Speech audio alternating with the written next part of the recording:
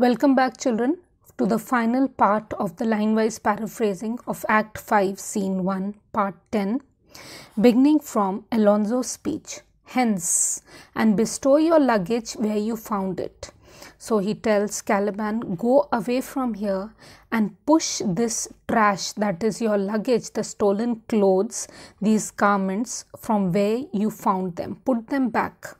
Sebastian, or stole it rather. He says that it would be proper to say that they stole the garments than to say that they found them. Exit Caliban, Stephano and Trinculo. So the three of them go away from there. Prospero, sir, I invite your grace and your train to my poor cell. So he says, sir, I invite your highness and your followers to my humble cell, where you shall take your rest for this one night, where you shall rest for this one night, which part of it I will waste with such discourse. He says, well, some part of the night I shall spend talking to you about things. Part of it I'll waste with such discourse, talking about things, as I not doubt shall make it go quick away. And I am sure that I will be talking about things and your time shall pass quickly. The story of my life and the particular accidents gone by, he says, I shall relate to you the story of my life and the events which happened after my arrival on this island. Accidents gone by since I came to this isle, that is everything that happened with me ever since I reached this island. And in the morn I'll bring you to your ship, and in the morning I shall take you to your ship, and we shall so to Naples, where I have hoped to see the nuptial of these our dear beloved solemnized. Then I shall take you to your ship, and then we shall sail away to Naples.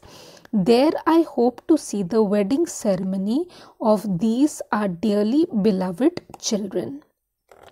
And thence retire me to my Milan, and after the marriage of our dear children, I plan to quietly go away to my native land Milan, where every third thought shall be my grave, where I shall spend much of my time preparing myself for my grave.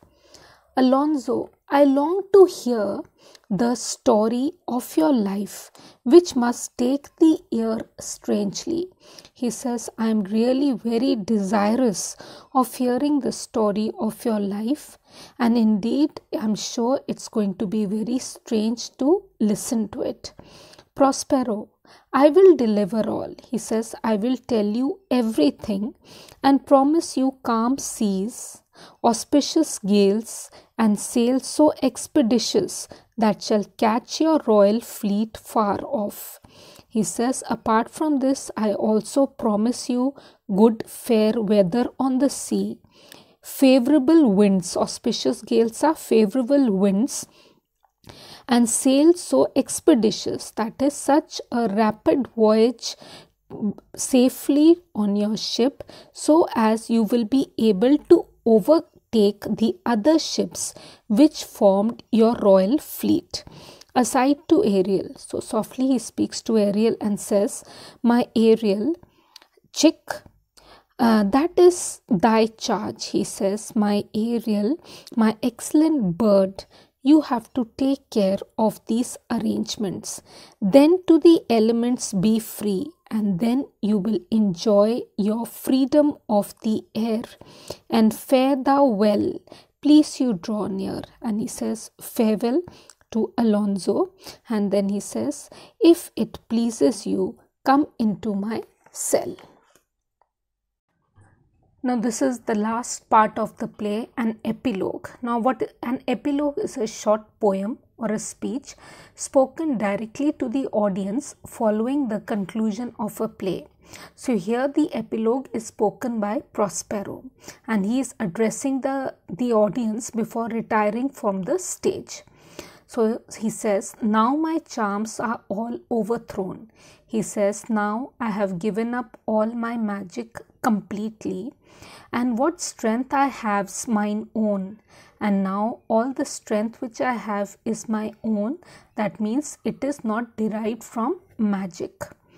Which is most faint? And of course, my strength is very less now. I am not very strong now. Now 'tis true, I must be here confined by you or sent to Naples. And the fact is that now I must be either detained here by you or be sent to Naples. Let me not, since I have my dukedom got, and pardoned the deceiver. He says, as I have got back my dukedom and I have forgiven the sinner. Pardon the deceiver means the sinner, Antonio. Dwell in this bare island by your spell. So let me not continue to live on this bare island. Permit me to go away. That is, but release me from my bands. That is, permit me to leave the stage, and with the help of your good hands, that is, permit me to leave the stage, and please indicate your permission to me to go away from the stage by clapping with your excellent hands. Gentle breath of yours my sails must fill, or else my project fails. He says that I must win the applause of you all, because otherwise I shall have failed in my object of pleasing you. That is, or else my project fails, which was to please you. That is, my main object, my aim would fail, which was to make you happy, to please you. Now I want spirits to enforce. He says, now I do not have at my command spirits to carry out my orders, art to enchant, nor do I have the magical art, and my ending is despair. I don't have the magical art with which I used to do wonders. So now my ending is despair, means now I shall die in despair, unless I be relieved by prayer, which pierces so that it assaults mercy itself and frees all faults.